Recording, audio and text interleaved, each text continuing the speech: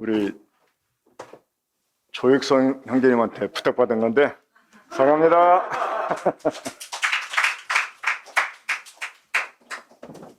네, 괜찮았습니까?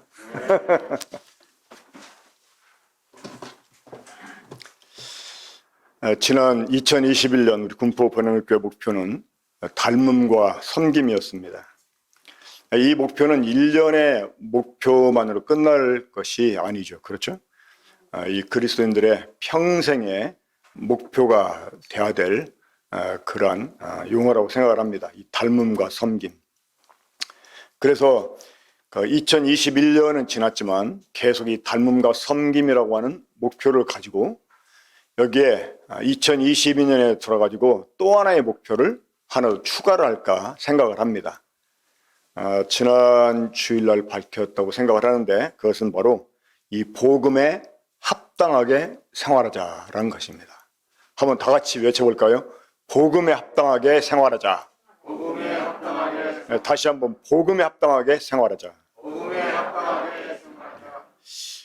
우리가 이 복음에 합당하게 생활을 하려면 다음 세 가지 것을 알아야 됩니다. 첫째는 복음이라는 게 무엇인가? 그렇죠? 이 복음이라는 게 뭔지 알아야지만 두 번째 합당하게, 이 합당하다는 것이 또 뭘 의미하는 건지 알아야 되고, 또 하나 마지막 이 생활하자 그랬는데 이 생활한다는 게 또 뭘 의미하는 건지 우리가 이 세 가지를 알아야 됩니다. 그래서 오늘 2022년 우리 군포 번영교회 새로운 목표 복음과 함께 생활하자 하는 이 말씀을 이 세 가지 것의 의미가 뭔지를 설명을 드림으로써 대신 하려고 합니다. 일단 제가 이 복음 합당하게 생활하자라는 목표를 가지게 된 것은 첫째 의도가 이것 때문이었습니다. 우리가 한 2년 정도 코로나 이 바이러스 때문에 너무나 위축되게 모임 생활을 했지 않습니까? 주님을 섬기는 것도 그렇고 그러다 보니까 답답하잖아요. 뭔가 주님을 위해서 행동을 해야 되는데 이 교회를 위해서 이 다른 사람들의 이 구원을 위해서 뭔가 행동을 해야 되는데 그렇게 하지 못한 이런 상태에서 굳어져가는 우리 모습 보면서 또 우리도 모르는 사이에 거기에 그냥 익숙해져 가지고 그거를 또 핑계 삼아서 행하려고도 하지 않는 이런 모습 보면서 2022년도에는 우리가 주님을 위해서 이 교회를 위해서 또 이 세상에 우리가 남겨진 목적이 있는데 그 세상을 위해서 무언가를 행동해야 되겠다 하는 이런 그 마음의 갈증 때문에 제가 그런 의도로 무언가를 행동하자 하는 의도로 이런 목표를 설정하게 되었는데 이제 그러면서 이 말씀을 다시 묵상해 보았을 때 주님이 단순히 무조건 무언가를 행동하는 게 중요한 게 아니고 우리가 행동해야 될 그것이 무엇인가 그리고 왜 행동을 해야 되는가 하는 이 동기를 이유를 먼저 이렇게 아는 것이 중요하다라는 생각을 하게 됐습니다. 자, 이 복음이라는 게 무엇일까요? 제가 아는 한 분이 이 목사님 부인이신데 지금은 이제 참 굉장히 많이 나이가 연로하셨죠. 근데 그분이 이제 저하고 함께 성경 공부를 하던 어떤 자매의 이모님이었는데 이분이 어떤 이제 복음을 전하는 선교 단체를 통해서 복음을 듣고 이제 구원을 막 받았답니다. 그런데 누가 이 전도사님을 소개해가지고 만나게 됐고 그때 이제 이분이 이 막 구원을 막 받은 때였기 때문에 이 복음이라는 말만 들어도 막 너무나 기쁘고 마음이 흥분되던 그런 때였는데 어느 분이 이제 그 전도사님 소개해줘가지고 처음 만난 자리에서 물어봤답니다. 전도사님은 설교하시면 주로 무엇을 이렇게 말하십니까? 그러니까 그분이 뭐 전혀 망설임 없이 복음을 전하죠 그러더래요. 그 말에 그냥 됐다 하고 이제 결혼했답니다. 그러니까 지금 꽤 큰 교회 이렇게 목회를 하셨는데 지금 아마 은퇴할 나이가 됐을 거예요. 근데 전혀 복음을 전하지 않더래요. 나중에 자기 조카하고 이렇게 교제하면서 그 자기 조카가 막 이렇게 그 복음을 전하는, 복음을 말하는 것을 보고 또 이런 말씀 어디서 들었니? 너 누구한테 들었니? 하니까 이제 그분이 제 얘기를 했던 거예요.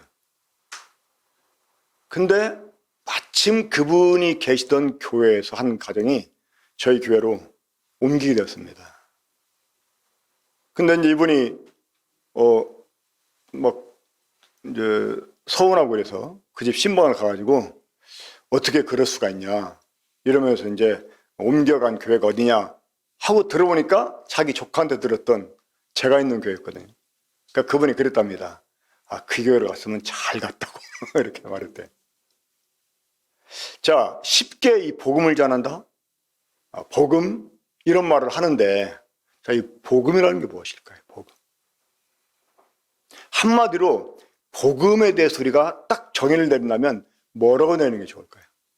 참 많은 사람들이 복음하면 좋은 소식, 그렇죠? 기쁜 소식. 네, 그 헬라어로도 이 복음이라는 말이 유앙겔리온입니다. 유앙겔리온. 이 유앙겔리온이라는 말은 그냥 good news, 기쁜 소식, 좋은 소식입니다. 가스펠, 그냥 복음이라는 뜻이죠. 그러면 도대체 어떤 소식이 기쁜 소식일까요? 많은 사람들이 복음하면 떠올리는 그 말이 있습니다. 죄사함 혹은 구원, 그렇죠? 어떤 죄에 대한 형벌을 면제받는 거, 네, 그것도 다 포함이 되긴 합니다. 하지만 이 복음할 때 우리가 떠올려야 되는 가장 기본적이면서 중요한 것이 있습니다. 이게 복음 핵심인데 그게 뭐냐면 바로 이 복음은 평화의 소식입니다. 평화의 소식, 평화의 소식. 우리 한번 이사야 52장 7절부터 보겠습니다. 한번 성경을 찾아보겠습니다. 이사야 52장 7절부터 10절까지. 저희 좋은 소식과 복음을 전하는 이 사람의 말이 아름답다라고 언급하고 있는 그러한 말씀 있는 구절인데 이사야 52장 7절부터 10절까지 보겠습니다. 제가 읽겠습니다. 좋은 소식을 전하며 평화를 공포하며 복된 좋은 소식을 가져오며 구원을 공포하며 시온을 향하여 이르기를 내 하나님이 통치하신다는 자의 산을 넘는 발이 어찌 그리 아름다운가. 내 파수꾼들의 소리로다. 그들이 소리를 높여 일제히 노래하니 이는 여호와께서 시온으로 돌아오실 때 그들의 눈이 마주 보리로다. 너 예루살렘의 황폐한 곳들아 기쁜 소리를 내어 함께 노래할지어다.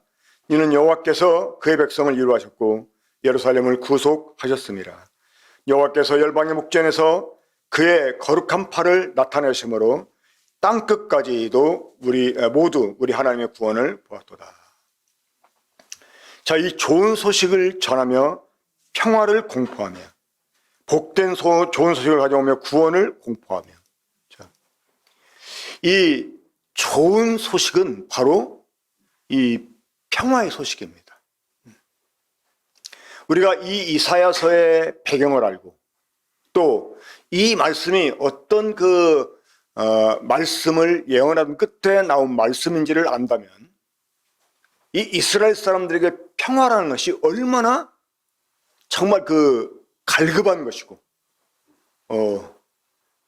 그들에게 정말 필요한 것이었는지 우리가 이해할 수 있게 될 것입니다. 사실 지금도 이스라엘은 사방으로 우겨싸움을 당하고 있는 이런 상태에 있지 않습니까? 사방이 다 서쪽 지중해 쪽만 빼놓고 다 적들이에요. 그리고 곳곳에 이 팔레스타인이라고 하는 시한폭탄을 가지고 있습니다.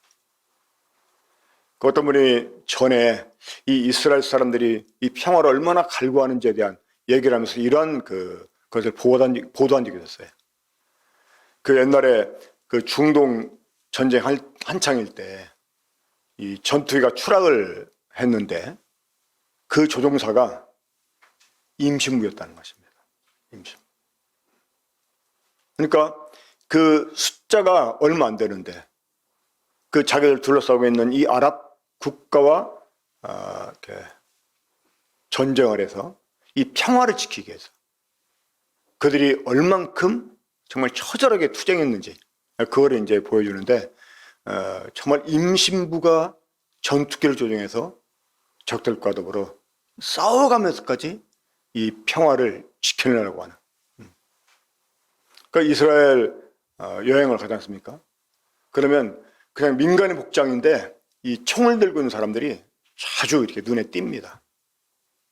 제가 한번 모르고 저녁 시간 나가가지고 그냥 저는 그 예루살렘 광경, 일상 광경을 담으려고 버스 정류장 쪽에서 딱 비디오 카메라를 찍는데 갑자기 두 사람이 와가지고 막 그 여권 내놓으라고. 그러면 막 내 비디오 카메라를 막 뺏어가려고 하고. 근데 마침 그 가이드하는 분이 옆에 있어가지고 또 히브리어로 막 해서 봉변을 면할 수가 있었는데 그만큼 절실하게 이 평화를 갈구하는 것을 보게 됩니다. 그러니까 이 평화의 소식만큼 사실 복된 소리가 없습니다. 자, 그러면 이 하나님의 복음이라고 할 때 특별히 빌립보서 1장 27절에서 너희는 복음에 합당하게 생활하라 할 때 그 복음은 어떤 내용을 담고 있을까요? 아까도 이 복음이라고 하는 것은 이 평화의 소식이다 라고 말씀을 드렸었는데 좀 더 정확하게 표현하면 화해를 위한 소식입니다. 이 화해를 위한 하나님의 자기 희생의 소식, 이것이 바로 복음입니다. 자, 하나님께서 아들 예수 그리스도를 우리들의 이 죄를 위한 그 화목제물을 보내신 이유가 여러분 무엇 때문입니까? 내 구원, 내 틀린 말 아닙니다. 죄사함, 틀린 말 아닙니다. 하지만 이 모든 것들은 다 한 가지 때문입니다. 무엇일까요? 이 하나님과 화해하는 것. 하나님과 함께 화목하게 되는 것. 하나님이 이것을 위해서 이 독생자를 우리들의 죄를 위한 제물로 내어주셨다고 하는 것입니다. 그러니까 이 복음에서 가장 중요한 이 기본적인 요소, 그게 뭐냐? 화해 혹은 화평입니다. 하나님께서는 원수된 우리와 더불어 이 원수 관계를 청산하시고 다시 관계를 회복하기를 원했습니다. 여러분, 이것을 화해라고 말합니다. 화해. 영어로는 reconcile이죠. 우리 한번 로마서 5장을 보겠습니다. 이 로마서 5장, 우리말 성경에는 화목이라고 번역을 했는데 사실 화목은 둘 사이에 정답게 지내는 상태, 이게 화목이거든요. 하지만 화해는 좀 다르죠. 자, 로마서 5장 10절 보겠습니다. 곧 우리가 원수되었을 때 그의 아들의 죽으심으로 말미암아 하나님과 화해하게 되었은즉 화해하게 된 자로서는 더욱 그의 살아나심으로 말미암아 구원을 받을 것이니라. 그뿐 아니라 이제 우리로 화해하게 하신 우리 주 예수 그리스도로 말미암아 하나님 안에서 또한 즐거워하느니라. 그러니까 여기에 그 영어는 reconcile, 이 화해라는 단어가 번역이 됐어요. 화해라는 단어로. 그러니까 하나님이 원수된 것. 자, 이 원수에게 행해야 되는 일이 있죠. 어떤 일입니까? 바로 보복하는 일입니다. 죄인들이 하나님을 두려워하는 이유가 무엇 때문에 했습니까? 바로 하나님의 보복 때문에 했습니다. 이 구약에서 말하는 주의 날은 보복하는 날입니다. 이 심판의 날이에요. 그러니까 죄인들에게 하나님의 날은 정말 두려운 날입니다. 그런데 그 하나님이 우리와 화해를 원하셨다는 거예요. 그 화해를 위해서 독생자를 희생하셨다는 거예요. 요한복음 3장에서도 우리 주님이 내가 온 것은 세상을 심판하려 함이 아니오 라고 말씀하셨어요. 그러니까 원래 하나님이 임하신다고 하는 것은 무엇을 위해서? 심판을 위해서 오셔야 되는 거예요. 근데 우리 주님이 오신 것은 세상을 심판하기 위함이 아니라 세상을 구원하기 위해서 오셨다고 하는 것입니다. 하나님이 우리의 모든 죄를 대속해 주시고 우리를 용서해 주시고 우리를 이 사망에서부터 생명으로 옮겨주신 이유가 무엇 때문입니까? 바로 하나님과의 화해를 위해서. 그럼 이 화해라는 것은 무엇입니까? 첫째는 원수관계를 청산하는 거예요. 두 번째는 이 관계를 회복하는 것입니다. 세 번째는 화목을 위한 거죠.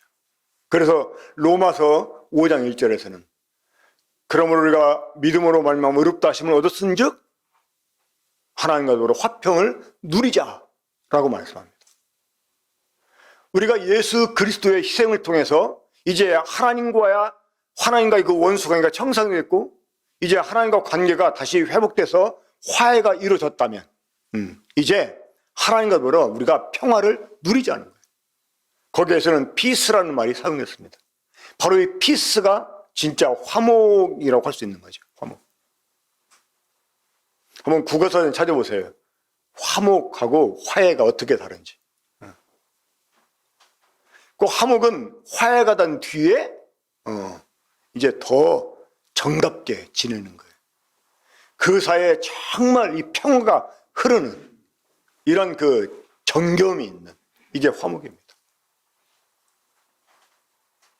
그러니까 원수관계를 정산하고 관계를 회복해서 함께 동거하고 함께 꿈을 꾸면서 그 꿈을 향해 나아가는 것이 이게 바로 복음입니다. 이 복음 속에 그 모든 것이 다 포함이 됐다고 하는 것입니다. 자, 우리가 이 외에도 복음이 무엇이냐라고 한다면 거기에 우리가 많은 정의들을 또 내릴 수가 있어요. 하지만 지금 제가 말씀드린 것이 이 복음의 아주 기본적인 정의다라고 말할 수가 있습니다. 자, 이 복음의 기본적인 정의 무엇이라고요? 화해를 위한 하나님의 자기 희생입니다.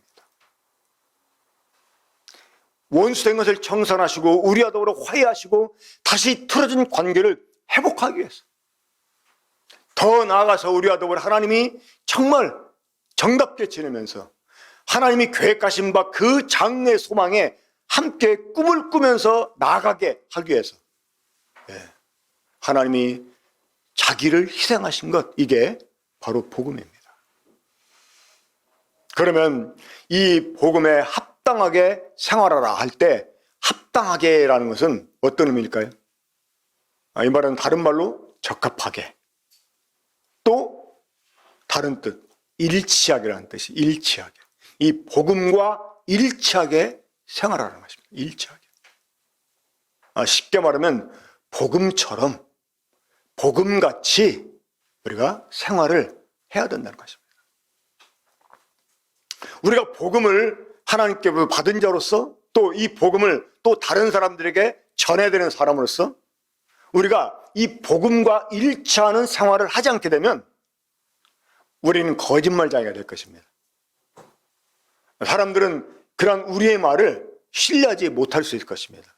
그렇잖아요. 그러니까 이 복음과 일치하는 생활을 하게 될 때 우리가 전하는 복음 역시 신빙성을 갖게 될 수 있다는 것입니다. 자, 일단 우리 고린도 후서를 좀 먼저 살펴봅시다. 고린도 후서 5장입니다.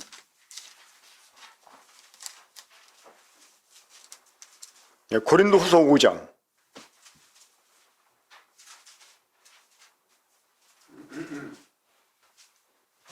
18절부터 보겠습니다. 고린도후서 5장 18절. 모든 것이 하나님께로서 났으며 그가 그리스도로 말미암아 우리를 자기와, 여기서도 화해입니다. 화해하게 하시고 또 우리에게 화해하게 하는 직분을 주셨으니. 19절. 곧 하나님께서 그리스도 안에 계시사 세상을 자기와 화해하게 하시며 그들의 죄를 그들에게 돌리지 아니하시고 화해하게 하신 말씀을 우리에게 부탁하셨느니라. 그러니까 우리의 죄를 우리에게 돌리지 않고 죄를 용서해 주시는 거예요. 무엇을 위해서? 화해를 위해서. 그리고 그 화해하게 하는 직분을 우리에게 주셨다는 것입니다. 우리들에게 화해하게 하는 이 말씀을 부탁하셨다는 것입니다. 그래서 20절입니다. 함께 읽겠습니다. 자, 시작.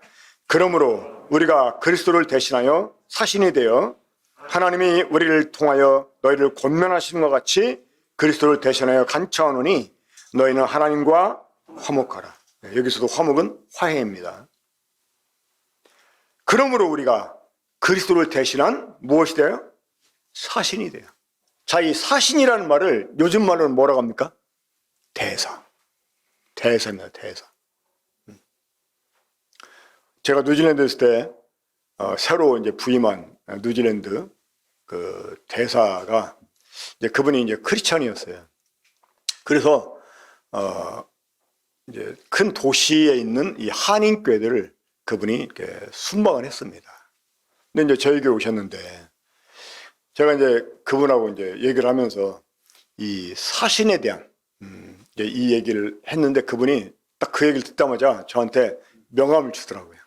딱 명함을 이렇게 받았는데 맨 위에 이런 글이 써 있었어요. 대한민국 전권 대사. 이렇게. 대한민국 전권 대사. 그러니까 그분은 대한민국을 대신해서 대한민국의 전권을 위임받아 가지고 지금 뉴질랜드에 오신 분이에요. 이 하나님과 더불어 복음을 통해서 화해를 이룬 사람들은 이 화목하게 하는 이 말씀을 부탁받은 사람들입니다. 그 사람들은 세상을 하나님과 더불어 화해하게 하는 직분을 받은 사람들이에요. 더 나아가서 이 하나님 나라의 전권을 위임받은 우리가 대사가 됐다는 것입니다. 자, 이 대한민국 전권을 위임받은 대사의 말은요, 그건 대한민국 정부가 하는 말과 똑같은 말입니다. 그렇죠? 그 사람이 하는 행동은요, 대한민국에는 행하는 행동입니다. 자, 하나님께로부터 이 화해하는 이 복음을 부탁받은 우리들, 또한 그 직분을 이제 위임받은 우리들, 이런 우리들은 하나님 나라의 전권을 위임받은 우리가 대사라고 하는 거예요. 대사. 제가 이 대사처럼 생기지 않았습니까?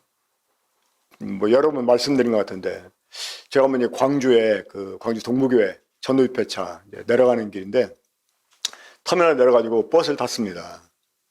그래 이제 그 당시 광주 동부교회 예배당이 그 광주 지방 노동청 그 옆에 있었거든요. 뭐 광주 동부교회 가자면 모르잖아요, 기사가. 그래서 이제 기사한테 그 노동청에 가자고 이제 갔습니다. 가는데 이분이 제가 노동청으로 가자니까 많은 사람이 나 궁금했는가 봐요. 그래서 이제 혹시 저한테 직업이 어떻게 되냐 물어보더라고. 그래서 제가 대사입니다 하고 말했어요. 그랬더니 그분이 그렇죠. 어쩐지 그런 자리에 계신 분 같다고 이렇게 말하더라고요. 그렇게 보입니까? 그래서 제가 이제 우리 기사님이 생각하는 그런 대사가 아니고 하면서 이제 제가 하나님 나라의 대사다 하고 이제 이게 그분에게 복음을 전했습니다. 우리는 하나님 나라의 이 전권을 위임받은 대사예요. 그래서 우리가 하는 말을 사람들은 하나님 나라의 말로 알아들어요. 우리가 하는 행동을 사람들은 하나님 나라가 하는 행동으로 알아들어요. 참 이 미국 사람들은 독특한 그러한 이제 문화를 이제 가지고 있는 게 뭐냐면 그 사람들은 어디를 가든지 딱 자기들 영역을 표시하는 울타리를 쳐놓으면 그 안을 미국으로 간다고 그럽니다. 그 안을. 미국 문대 여러분 한번 들어가 보신 적 있습니까? 그냥 미국이에요. 그냥 미국이 한국 땅에 있는 거예요. 그 사람들은 이렇게 자기들 나름대로의 문화를 이렇게 즐길 수 있는 그런. 그러니까 저도 이제 몇 번 그 미국 군대를 방문한 적이 있었는데 정말 가면 영락없는 미국이에요. 모든 교통 표지판도 그렇고 식당도 그렇고. 우리 그리스도인들은 사실 어딜 가도 이 하나님 나라의 전권 대사처럼 우리가 생활해야 됩니다. 그러니까 다시 말해서 복음과 같은 이 복음처럼 이 복음의 일차는 이런 생활을 우리가 해야만 된다고 하는 것입니다. 자, 마지막으로 생활하라. 이 생활하라고 하는 이 헬라어 단어가 상당히 흥미로운 단어였습니다. 이게 어떤 단어냐면 폴리티오마이. 그러니까 폴리티오, 이제 마이는 이제 그 뒤에 붙는 어미인데요. 폴리티오마이. 여러분 폴리티오 할 때 딱 생각나는 영어 있습니까? 폴리티션. 이 폴리티션이 뭐죠? 정치가예요. 폴리티션. 폴리티칼 하고 뭐가 나오면 이게 다 정치적인 이런 의미가 있습니다. 그러니까 생활하라는 말이 폴리티오마이. 한번 혀가 잘 안 돌아가겠지만 따라 한번 해봅시다. 폴리티오마이. 폴리티오마이. 이게 따라 해야지 기억에 남을 거니까. 이게 그 일반적으로 헬라어에서 어떤 의미로 사용되냐면 시민이 되다. 시민이 되다는 뜻. 시민이 되다. 또 시민으로 생활하거나 행동하다. 저희 성경 기록될 당시에 그 로마는요, 로마의 시민권을 가지고 있다. 이거는 굉장히 대단한 특권이었습니다. 옛날 우리 조선시대 때 양반되는 것과 같은 것이었어요. 양반. 어떤 분이 돈을 많이 벌어가지고 양반을 샀어요. 돈을 주고. 몰락한 양반집. 이제 그걸 샀어. 그 양반 티를 내고 싶은데 어떻게 하면 양반 티를 낼까 하다가 이제 그 여수 이제 촉성루라는 데가 있는데 사람들이 탁 촉성루 앞에 가서 현판을 보더니 탁 손을 뒷짐짓고 촉성루라 하고 이제 감탄하면서 다 지나가는 거예요. 그걸 보고 자기도 이제 양반 티를 내려고 딱 가가지고 촉성루라 하고 끝났으면 좋은데 하나 덧붙였어. 라짜 한번 잘 썼다. 이렇게. 전혀 안 웃네요. 촉성루라 이러니까 맨 끝 글자가 라짜인 줄 알고 촉성루인데 사실은 그렇잖아요. 근데 촉성루라 해놓고 라짜 한번 잘 썼다 이렇게. 우리가 이 하나님의 복음 듣고 하나님과 화해한 자가 되었다고 하는 것은 이제 세상을 하나님과 화해하게 하는 이 직분을 맡은 자가 되었다는 말이고, 우리는 그 복음을 또 맡은, 이 화해하게 하는 말씀을 맡은 이런 사람들이 되었다고 하는 것입니다. 그래서 우리는 세상에서 이 복음과 같은 생활을 해야 돼요. 다시 말해서 이 복음을 위해서 우리가 하나님 나라의 시민이 된 이러한 사람다운 생활을 우리가 해야만 된다고 하는 것입니다. 그래서 이 폴리티오마이라는 말은 그 시민이 되다, 또 시민으로 생활하거나 행동하다, 이런 의미가 있다는 거예요. 근데 더 참 기가 막힌 의미는 국가를 다스리다, 또 국사를 수행하다 라는 뜻이 있다고 하는 거예요.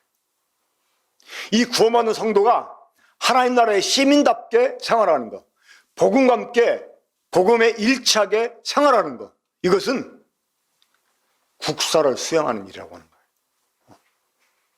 근데 복음에 합당하게 생활하는 일은 이게 대단한 일입니다. 우리가 하나님 나라의 전권 대사로서 생활하는 거예요. 이 폴리티오라는 말이 신약성경에 2번 나옵니다. 한 번은 사도행전 23장 1절에 나오는데 거기서 사도 바울이 이렇게 말합니다.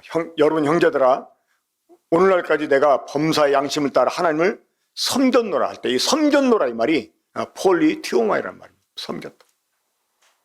그러니까 이 하나님 나라의 시민으로서 또 하나님 나라의 전권을 이임받은 대사로서 그 하나님 명령을 수행했다라는 뜻입니다. 우리가 하나님을 섬긴다라고 표현하는데 우리가 하나님을 섬기는 거 어떻게 섬기는 것입니까? 예배를 드리는 것이 하나님 섬기는 것일까요? 자, 이 예배와 섬김은 다릅니다.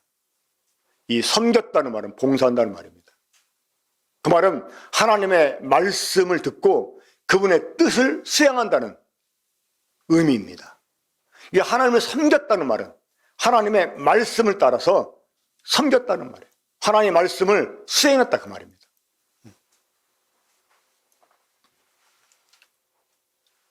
그리고 빌립보서 1장 27절, 오늘 우리가 본문으로 삼는 이 구절입니다. 오직 너희는 그리스도의 복음에 합당하게 생활하라 할 때 이 생활하라의 이 말이 바로 폴리티오마이라는 뜻입니다. 이는 내가 너희를 가보나 떠나 있으나 너희가 일심으로 서서 한 뜻으로 복음의 신앙을 위하여 협력하는 것과. 자, 이 구원받은 성도가 복음으로 말미암아 구원받은 성도가 이 복음과 일치하는 생활을 하는 것은 이것은 일종의 의무입니다. 의무. 우리가 하고 싶다고 하고 하기 싫다고 안 하는 게 아니라 이거는 의무예요. 의무. 우리가 이 일은 해야만 되는 일이라고 하는 것입니다.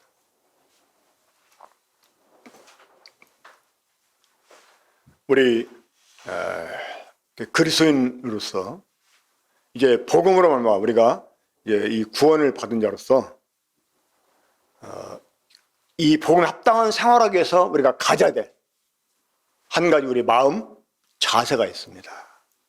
그게 뭐냐면 바로 로마서 1장인데 한번 보겠습니다. 로마서 1장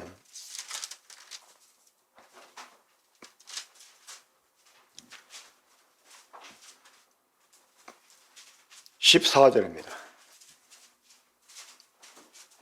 함께 읽겠습니다. 지금 내 자신이 하나님 앞에 고백하는 것처럼 읽겠습니다. 시작. 헬라인이나 야만인이나 지혜 있는 자나 어리석은 자에게 다 내가 빚진 자라.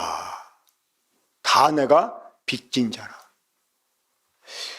이 빚졌다고 하는 이 태도는, 이 자세는 단순히 하나님께로부터 그 사명을 부여받았기 때문만 아니라요, 우리가 이 복음으로 거듭나서 하나님의 자녀가 되고 이 하나님과 관계가 회복된 사람이 되었다고 하는 것은 어떤 의미에서 우리가 빚진 것과 같은 것입니다. 우리가 은혜를 입었다 이렇게 표현하잖아요. 자, 이 복음의 본질은 하나님의 은혜잖아요. 그렇죠? 하나님의 은혜와 사랑 아닙니까? 이 하나님의 은혜를 우리가 입었다고 하는 것은 다른 의미에서요, 빚졌다라는 말과 사실은 같은 말입니다. 근데 이제 이 빚과 은혜는 좀 다르죠. 이 빚은 억지로도 갚아야 될 사실 부담스러운 것이죠. 그렇죠? 하지만 은혜는 기꺼이 갚고자 하는 이런 기쁨이 됩니다. 자, 우리 빚졌을 때 그 빚진 만큼 상대방에게 돌려주는 것을 뭐 했다고 말이죠? 빚을 갚았다를 표현하죠. 그렇죠? 자, 근데 이 갚았다는 말을 빚졌을 때만 사용하지 않습니다. 그렇죠? 은혜를 입었을 때도 이 은혜를 갚겠다 이렇게 표현합니다. 은혜를 갚겠다. 그러니까 은혜를 입게 되면 그 주는 사람 입장에서는 조건 없이 그냥 준 거야. 그렇죠? 근데 받은 사람은요, 그거를 빚처럼 생각을 합니다. 빚으로. 뭐 상대방 요구해서 어쩔 수 없이 의무적으로 해야만 갚아야만 되는 그런 빚하고는 다른 거죠. 그런 빚하고는 그냥 감사해서, 그렇죠? 막 기뻐서 갚겠다고 이러면서 상대방 괜찮다고 하는데도 막 본인이 막 자원해서 막 갚으려고 합니다. 사도 바울은 이러한 마음 자세를 가졌습니다. 이 모든 사람을 향해서 자기는 복음의 빚진 자다라고 말했습니다. 자, 우리는 하나님께 빚진 자들입니다. 우리는 성도들에게 빚진 자들입니다. 우리는 세상 사람들에게 빚진 자들입니다. 이 복음의 빚진 자다, 이런 자세를 가지고 우리가 이 복음에 합당한 생활을 해야 되겠습니다. 그래서 저는 이 세 가지 영역에서 우리가 이 복음에 합당한 생활을 적용시켰으면 좋겠다라고 생각을 합니다. 첫째는 하나님과의 관계 속에서, 둘째는 이 교회, 그 성도들과의 관계 속에서, 그리고 세 번째는 우리 일상생활에서 접하는 우리들의 가족, 또 친척, 동료, 아니면 어떤 지인들, 이런 사람과 관계 속에서 우리가 이 복음에 합당한 생활을 나타냈으면 좋겠다고 생각을 합니다. 그래서 앞으로 수요일 날 우리 형제님들이 돌아가면서 나는 복음에 합당한 생활을 이렇게 이해했다. 내가 생각하는 복음은 이러이러한 것이라고 생각을 한다. 그래서 나는 어떠한 영역에서 이렇게 생활하겠다라고